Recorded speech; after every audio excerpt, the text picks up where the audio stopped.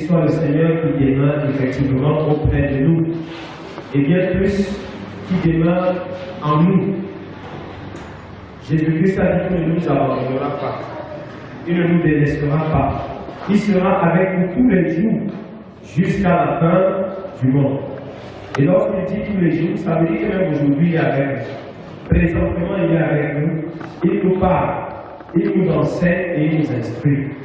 Ce matin, mes frères bien-aimés, j'ai choisi librement de porter la parole de Dieu sur le texte de Genèse chapitre 22, les 18 premiers versets que nous venons d'écouter. Ce texte nous plonge dans une réalité spirituelle profonde, celle des épreuves. Il nous arrive de dire que nous aimons Dieu. Il nous arrive de dire, comme Pierre a dit autrefois, que nous sommes prêts à tout pour Dieu. Mais dire que nous aimons Dieu ne suffit pas. Dire que nous pouvons même nous sacrifier pour Dieu ne suffit pas. Nous avons l'habitude de dire qu'on jugera le maçon au pied du mur. Dieu prendra chacun sur les mots qu'il a eu à prononcer et Dieu jugera chacun sur la part des engagements qu'il a eu à prendre. Le texte de Genèse 22 met au centre une réalité profonde dans la vie de tous les croyants. Nous voulons ici parler des épreuves. Et c'est pourquoi j'ai choisi de partager avec vous le message de ce jour autour du thème « La place des épreuves dans la marche avec Dieu ». Imaginez la marche avec Dieu en excluant les épreuves. C'est penser obtenir un diplôme sans passer par un examen. L'expérience de la mise à l'épreuve du patriarche Abraham que nous avons choisi de partager avec vous ce matin est un extrait qui nous renseigne et nous enseigne amplement sur la place de l'épreuve dans la vie des personnes que Dieu appelle et engage à son service. L'histoire d'Abraham et Yahweh du chapitre 22 du livre de la Genèse, c'est l'un des récits les plus formidables du Pentateuque. Le Pentateuque, c'est simplement les 5 premiers livres de la Bible. Cet homme, originaire de Charan, qui à 75 ans a vu sa vie basculer tout d'un coup. Un Dieu jusque-là inconnu survient et lui demande de partir de son pays, de sa patrie, de la maison de ses pères, vers une destination inconnue. Au chapitre 12 de la Genèse, Dieu parle à Abraham et lui dit: vas-y dans le pays que je te montrerai. Imaginez que quelqu'un vienne aujourd'hui et te demande: laisse tout ce que tu es en train de faire et pars là où je te montrerai. C'est de ça qu'il est question. À cette époque, Abraham avait tout ce qu'un homme peut avoir pour s'estimer heureux.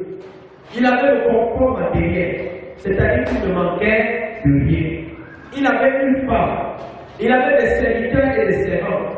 Mais il est mentionné que ce dernier, au moment de sa rencontre avec Dieu, n'avait pas d'enfant parce que Sarai, parce qu'elle s'appelait d'abord Sarai, sa femme, était stérile.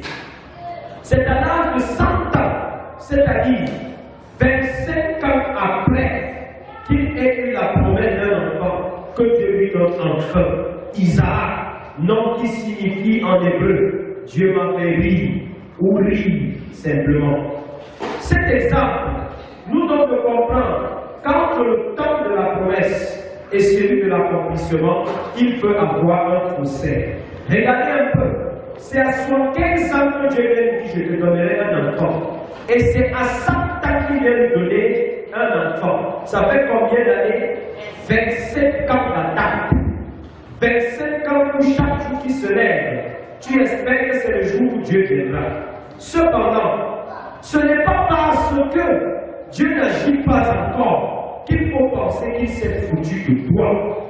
La promesse peut tarder, mais toi, reste connecté. Elle prendra peut-être du temps, mais ne témoigne jamais du Seigneur. Il arrive qu'il fasse tarder sa promesse dans la seule intention de te rapprocher davantage de lui et de te révéler intimement sa personne.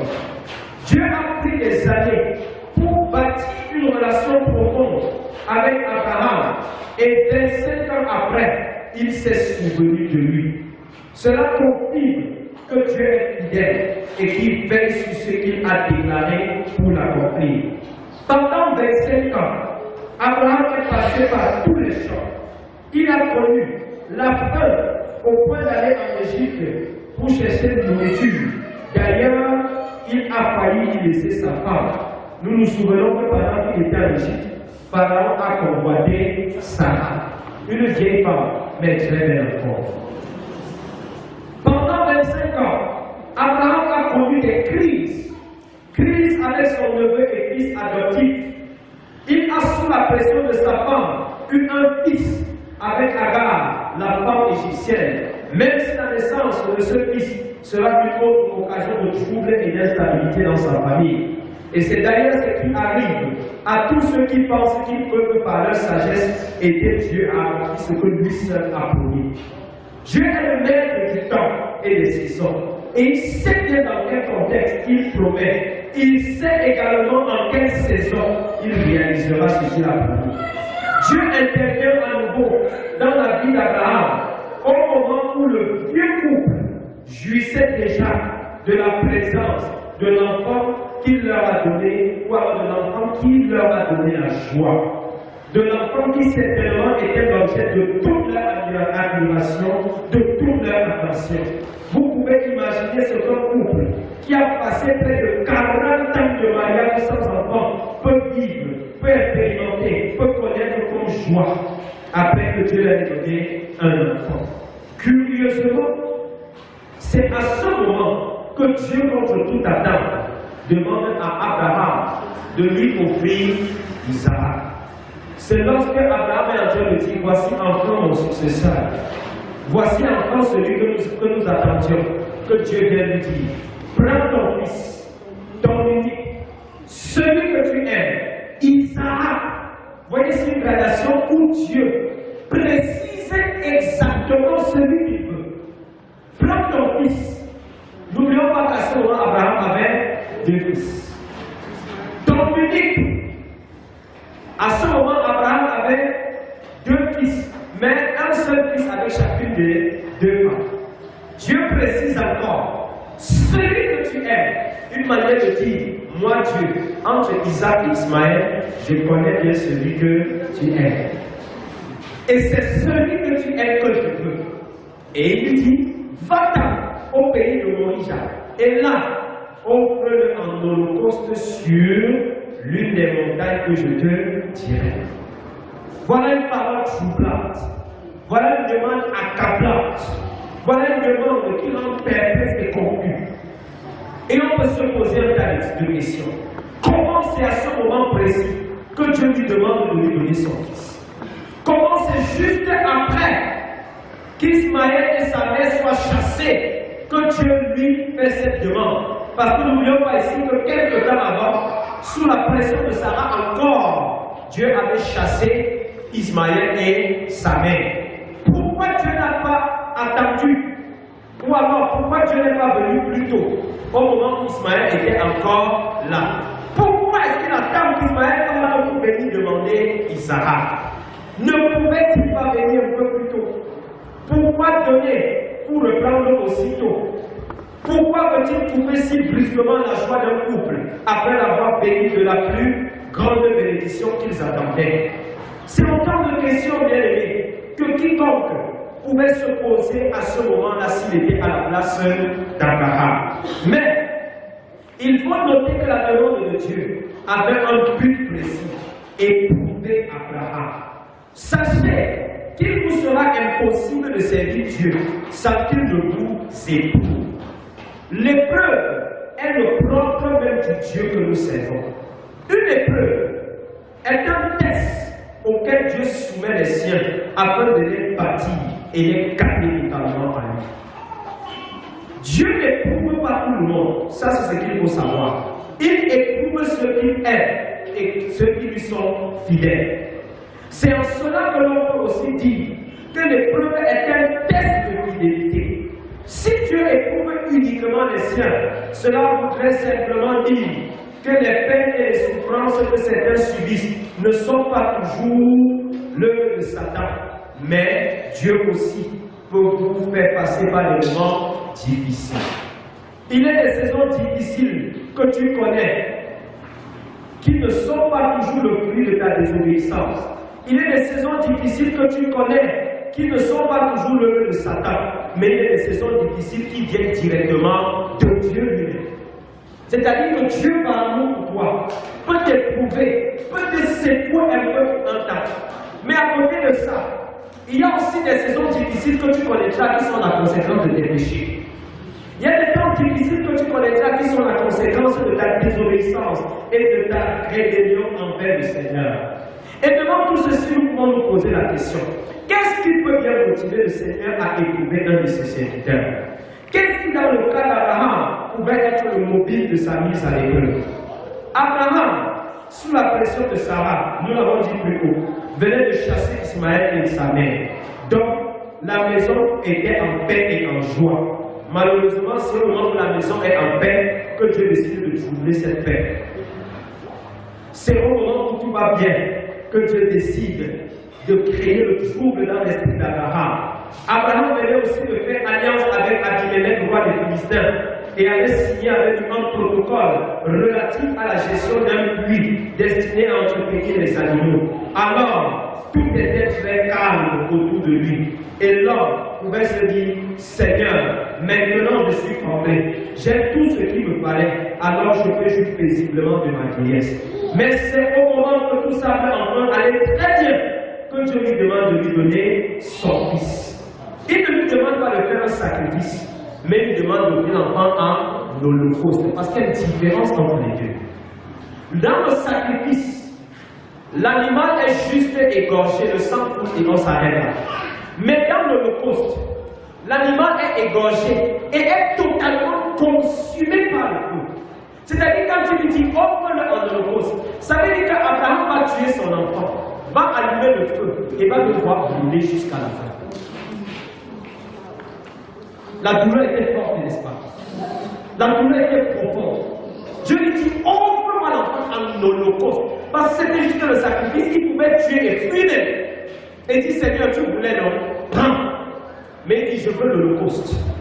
C'est-à-dire tu vas tuer, tu vas brûler. Et tu ne quitteras quand l'offrande a complètement brûlé. C'était fort ce que Abraham pouvait éprouver en ce moment. C'était difficile ce que Abraham pouvait ressentir. Mais parce qu'il aimait Dieu, il fallait oser. Par cette épreuve, bien dit, Dieu voulait en fait tester l'amour qu'Abraham avait pour lui. Voir jusqu'où ce dernier est prêt à aller pour lui. Mais aussi, Dieu voulait le préparer à de nouveaux défis avec lui. Par là, nous comprenons que l'épreuve n'est qu'une étape. L'épreuve est un moule par lequel Dieu donne au ciel la forme qui lui plaît. L'épreuve est un tremplin qui te permet d'être propulsé dans ta vraie destinée. Elle n'a pas pour but de te renverser. Bien au contraire, Dieu par les épreuves veut faire jaillir en toi le héros qui souriait. Il veut te faire parvenir à la stature qui convient à la personne qu'il veut utiliser. L'épreuve vise à forger l'homme ou la femme que Dieu utilisera. Elle est comme un creuset dans lequel Dieu prépare l'homme que tu es à son utilisation véritable. C'est d'ailleurs pour cette raison que l'apôtre Jacques dira, mes frères, regardez comme un sujet de joie complète les diverses épreuves auxquelles vous pouvez être exposés. Pendant que tu es éprouvé, bien-aimé, au lieu de pleurer, réjouis-toi plutôt. C'est vrai que c'est assez banal ce que je dis, mais c'est une réalité divine. Pendant que tu es en train d'être éprouvé par le Seigneur, au lieu d'accuser les gens, donne gloire à Dieu. Pendant que tu es en train d'être secoué, pendant que tu connais les moments de ta paix, au lieu de pointer le doigt accusateur sur les ancêtres qui sont même en train de subir le jugement devant Dieu, adore plutôt le Seigneur. Une personne éprouvée ne doit pas voir en l'épreuve une occasion de tristesse et d'anéantissement, mais plutôt un moyen d'atteindre le but de Dieu pour elle. L'épreuve, au lieu d'être perçue comme un obstacle, est pour un fils de Dieu une opportunité. Voilà pourquoi, face aux épreuves, il y a une attitude à adopter pour ne pas passer à côté du but. Inspirons-nous un peu, bien-aimés, du modèle d'Abraham pour saisir les clés qui nous permettent de braver une épreuve et de traverser sans faillir. Abraham, après avoir écouté la voix de Dieu, qu'est-ce qu'il a fait? Il a obéi. Pour réussir ton test, tu dois écouter et tu dois obéir. Le récit ne nous parle nulle part d'un épisode où Abraham a entrepris une contestation avec Dieu. Non. La Bible nous dit plutôt qu'après avoir reçu ce message, Abraham se leva devant matin. Il scella son âme. Et puis avec lui, 2 serviteurs et son fils. Il a parti du bois pour le côte. Et il est parti pour le lieu que l'Éternel avait indiqué. Voilà l'obéissance. Dieu nous demande des choses compliquées. Mais Abraham se lève par obéissance à Dieu. Il se lance. C'est ici la preuve de ce qu'Abraham connaît Dieu et qu'il le sait. Il ne résiste pas à la voix de Dieu. Ce que Dieu attend de toi, lorsque tu traverses la rivière des épreuves bien-aimées, c'est que tu lui obéisses. Il est vrai que c'est très difficile pour quiconque de voir son trésor comme Isaac, sa source de joie partir. Mais par amour pour Dieu, tu dois d'abord obéir. La Bible nous dit que l'obéissance est mieux que les sacrifices. Elle est dans le prochain pas. C'est par obéissance qu'il se prépare pour l'Holocauste. Il scelle son âme. Il prépare son enfant. Je suis sûr qu'il a même préparé psychologiquement Isaac. Et en cela, excusez-moi, il dit implicitement à Dieu, c'est toi qui me l'as donné. Et si tu trouves bon de le prendre, qu'il me soit fait selon ta parole. D'ailleurs, je n'attendais rien. Je n'attendais plus rien. Ma femme était déjà stérile. C'est toi qui es venu me dire, prends l'enfant. Et si tu as trouvé le truc que tu vas prendre, alors, prends l'enfant. Voilà Abraham, voilà l'obéissance, voilà les hommes que Dieu recherche. Celui qui a tout laissé, Abraham, pour suivre Dieu, ne devait pas quand même refuser de donner à Dieu son enfant. Celui qui a laissé même sa famille, qui a laissé son père, qui a laissé ses frères, ne pouvait pas résister quand Dieu lui a dit, donne-moi ton enfant. Beaucoup de personnes qui ne sont pas prêtes à sacrifier pour Dieu, ce sont des gens qui en réalité n'ont aucun amour pour Dieu. Si vous aimez Dieu, vous allez sacrifier pour Dieu. Si vous aimez Dieu, vous pouvez tout perdre pour lui, même votre vie. Il n'y a pas d'amour sans sacrifice. Si un homme vous dit qu'il vous aime et qu'il n'est pas prêt à se sacrifier pour vous, sachez qu'il ne vous aime en réalité. Je voudrais vous parler de l'histoire d'un homme. Les bandits sont venus chez lui. Dès qu'il a su que les bandits étaient dans la maison, il a abandonné sa femme et ses enfants et passé par la porte de derrière. Il est revenu le matin vers 5h, 6h. Il dit à ta femme, ils ont fait quelque chose. Pensez-vous que c'est quelqu'un qui aime ça? On dit quand on aime, on se sacrifie. Les voleurs arrivent, l'abandonnent. Sa femme et ses enfants, et le matin, voir s'ils ont fait quelque chose. Si j'étais dans la place de sa femme, je dirais bien de toi. Parce que si tu aimais, tu devais te sacrifier pour lui. Un père qui aime, un homme qui aime, un époux qui aime, devait être plutôt prêt à dire, tuez-moi, mais ne faites rien à ma femme. Faites de moi ce que vous voulez, mais ne touchez pas à mes enfants. Voilà comment un père réagit, voilà comment un homme réagit. Abraham, parce qu'il aimait Dieu, était prêt à sacrifier pour Dieu. Quel est cet amour que certains disent avoir pour Dieu, alors que chaque fois qu'il faut sacrifier pour Dieu, il brûle? Quel est cet amour que certains disent avoir pour Dieu, alors qu'ils ne sont même pas prêts à perdre 1 heure de leur temps pour passer du temps avec Dieu? Quel est cet amour que vous dites avoir pour Dieu, alors que vous pouvez passer des semaines et des mois sans perdre 10 minutes de votre temps à prier le Dieu que vous prétendez servir? Qu'est-ce que tu fais concrètement pour Dieu, toi qui dis aimer le Seigneur? Abraham, deuxièmement, nous a montré que lorsqu'on traverse les épreuves, la chose qu'il faut garder, c'est la confiance en Dieu. Même sur le chemin du sacrifice, Abraham avait confiance en Dieu. Il savait que Dieu est fidèle et que Dieu ne l'abandonnera pas. Il croit que Dieu agira en sa faveur. Au pied de la montagne, écoutez comment il parle. Il dit à ses 2 serviteurs, restez ici. L'enfant et moi, nous irons adorer et puis nous reviendrons. Qu'est-ce que ceci veut dire concrètement? Ça veut dire je sais que je vais monter avec Isaac et je vais rentrer avec lui.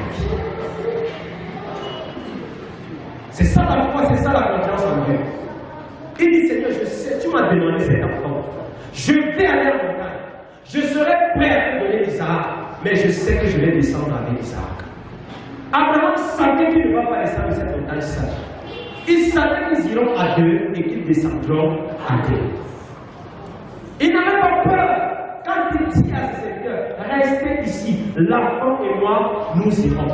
Mais pourquoi est-ce qu'il a aussi laissé les serviteurs?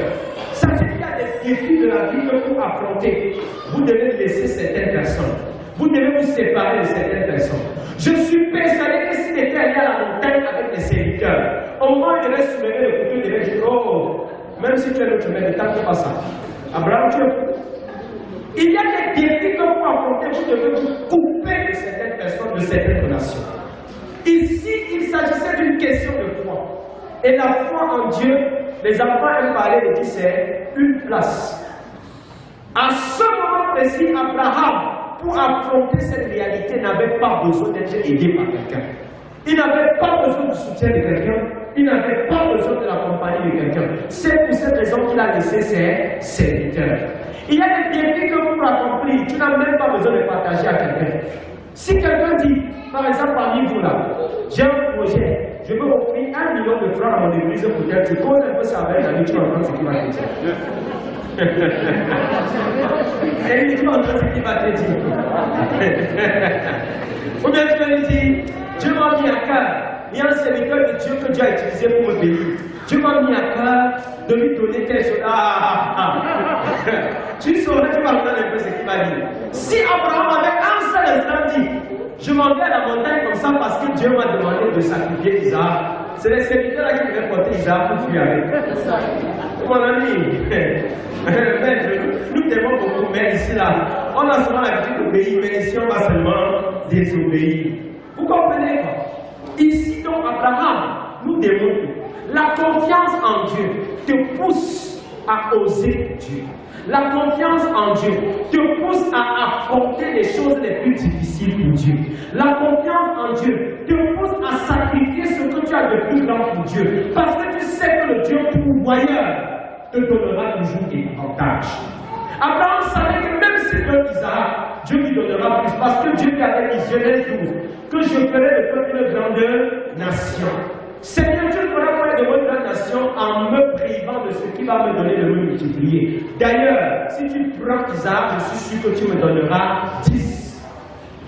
Voilà pourquoi il était prêt à donner à Dieu son fils. Et l'apôtre Paul dira que lorsque vous donnez à Dieu, celui qui fournit la semence au semeur et du peuple pour sa nourriture, vous fournira et vous multipliera la semence. Si tu sèmes cette année, l'année prochaine, de ce que tu as semé, Dieu te donnera une autre semence. C'est la nature qui nous enseigne ça, n'est-ce pas? Quand tu sèmes cette année, tu récoltes, et de ce que tu as récolté, Dieu donne encore la semence. Lorsque tu apportes au Seigneur, de ce que tu as apporté, il te donne de moissonner, et de la moisson que tu as obtenue, vient encore la semence. Celui qui sème avec Dieu aura toujours la semence. Mais celui qui passe le temps à être un bon mathématicien dans les choses de Dieu, il sera toujours dans le mal. Le sage ne dit-il pas, celui qui épargne à l'excès s'appauvrit. C'est une qualité biblique. Celui qui épargne à l'excès s'appauvrit, mais celui qui sème s'enrichit. Voilà les choses que nous devons apprendre. Voilà les choses que nous devons comprendre. Celui qui est privé de semence, c'est celui qui n'a pas la culture de la semence. Celui qui épargne toujours et toujours. Celui qui épargne toujours et toujours, voici ce que Dieu dit de lui. Il n'aura même pas de la semence pour la prochaine saison. Vous allez voir aujourd'hui des gens qui ont passé le temps à épargner, garder. Le jour où ils tournent le dos, leur épargne devient la source des problèmes. Vous le savez mieux que moi. Abraham nous a également montré que pendant que nous passons par les épreuves, nous devons avoir le courage de nous détacher du matériel et de la vanité. Votre capacité à vous détacher du matériel vous disposera toujours à de grands exploits dans le spirituel. Si Abraham, dès le départ, a tout quitté pour suivre Dieu, ce n'est pas 40 années après qu'il devait encore résister à donner quelque chose à Yahweh. Depuis qu'il a suivi le Seigneur, il a appris à compter sur Dieu et à se détacher de la vanité. S'il a été prêt à laisser les bonnes terres à son neveu Lot, ce n'est pas donner à Dieu son enfant qui devait être perçu pour lui comme la fin du monde. Si vous avez un amour poussé pour les choses périssables, mes frères bien-aimés, sachez qu'il vous sera difficile de sacrifier pour Dieu. Abraham n'a pas hésité de lier son fils, c'est dur, n'est-ce pas? De le placer sur le terre et de lever courageusement le poignard pour l'exécuter avant de le consumer par après. Seuls les amoureux de Dieu peuvent arriver à ce niveau de sacrifice. Sache, bien aimé, que Dieu connaît ton Isaac. Est-ce que quelqu'un comprend ce que je dis? Je dis que Dieu connaît ton Isaac. Il connaît ce que tu fais. Et c'est ça qu'il aime aussi. Et je me dis qu'il aime ça plus que toi. Dieu connaît le Isaac qu'il t'a donné. Et quand il te demande quelque chose, il ne te demande jamais Ismaël, mais il te demande toujours Isaac. Mais ce que font beaucoup de personnes, c'est que Dieu demande Isaac, il part te chercher Ismaël pour venir dire, voici mon nom au Seigneur. Et il dit encore même, c'est tout petit. Donc lui-même il sait. Lui-même il sait que ça ne représente rien. Dieu te demande, Isaac, qu'est-ce que tu vas faire chez Ismaël? C'est quand Abraham a chassé Ismaël que Dieu a dit, d'accord, donne-moi maintenant Isaac. Mais parfois tu chasses Ismaël, quand Dieu te demande Isaac, tu laisses Isaac sur place et tu cours chercher Ismaël. Voilà ce que les chrétiens savent très bien faire. Beaucoup. La raison pour laquelle, bien aimé, plusieurs voient comme une escroquerie ou un abus le fait de donner à Dieu ou à un homme de Dieu ou même à leur semblable étant clairement et ouvertement leur stupidité. C'est la stupidité qu'ils n'aiment pas prendre parce qu'ils sont tellement attachés au matériel. Quand vient le moment d'investir dans l'œuvre de Dieu, c'est à ce moment que leur talent de diaconie va naître. Ils deviennent subitement les amis des pauvres, très compatissants envers les veuves et les misérables. Pourtant, il ne s'agit que d'une avarice masquée à la dimension de Judas. Vous savez ce que Judas a fait quand on a parlé de parfum des pieds de Jésus. Qu'est-ce qu'il a dit? Qu'un tel parfum, il fallait qu'on vende et qu'on le donne aux pauvres. Il aimait toujours les pauvres. Parce qu'on a donné à Jésus, il est fâché. Ce matin, le Seigneur te dit, le Seigneur te rappelle qu'il viendra à toi comme il est venu à Abraham. Et il te demandera ton Isaac. Si tu es prêt à donner à Dieu ton Isaac, l'Éternel prépare pour toi une bénédiction à la dimension d'Abraham. C'est ça la parole de Dieu. Si tu es prêt à sacrifier pour Dieu, il prépare pour toi à la dimension, une bénédiction à la dimension d'Abraham. Voyez comment Dieu opère. Parce que Abraham a été prêt à donner Isaac, Dieu a remplacé Isaac par autre chose. Dieu connaît substituer par ceux qui viennent de lui ce que tu étais prêt à lui donner. Abraham voulait donner son enfant, mais il a remplacé l'enfant par quoi? Par l'agneau du sacrifice. Et parce qu'il a fait ça, l'ange lui dit, j'aime quand Dieu parle ici. Il dit, je le jure, c'est Dieu lui-même, n'est-ce pas? Dieu qui nous interdit souvent de jurer. Il dit, je le jure par moi-même, par l'Éternel. Parce que tu as fait cela, et que tu n'as pas refusé ton fils, ton unique, je te bénirai et je multiplierai ta postérité. Je bénirai ta postérité comme les étoiles du ciel et comme le sable qui est sur le bord de la mer. Et ta postérité possédera la porte de ses ennemis. Toutes les nations de la terre seront bénies en ta postérité parce que tu as obéi à ma voix. Mon frère, n'aie pas peur de passer par des moments d'épreuve dans ta vie. Ne retourne aucune période de turbulence que tu traverses. Supporte patiemment chaque épreuve. Affronte vaillamment chaque défi. Sois fier de souffrir pour Dieu. Ne t'empêche pas de sacrifier pour ton Seigneur. Il t'attaque au sommet de ta colline. pour te combler de bénédictions. Mais avant, n'abandonne pas, ne recule pas, ne te décourage pas, ne te détourne ni à gauche ni à droite. L'Éternel agira et te comblera au bout de ton parcours. La montagne peut être difficile, la marche peut être dure, mais si tu es prêt à sacrifier pour Dieu, il y a une grande bénédiction qui t'attend. Je prie que l'Éternel qui a pourvu dans la vie d'Abraham pourvoie aussi dans ta vie. Et je prie que la foi qu'Abraham avait au moment où il affrontait son épreuve, que cette foi soit ton partage et que tu n'aies jamais honte ou peur de souffrir pour la gloire de Dieu. Ainsi, quand tu parviendras au sommet, vous voyez souvent l'ascension du monde, n'est-ce pas? Quand quelqu'un arrive au sommet et qu'il a traversé la ligne d'arrivée, qu'il reçoit une médaille. Il y a une médaille qui t'attend, mais il faut d'abord que tu franchisses la ligne d'arrivée. Que le Seigneur bénisse son vous dans l'expression de sa parole. Amen. Veuillez vous lever, nous allons confesser notre foi. Tu vas dire à l'Éternel ce matin.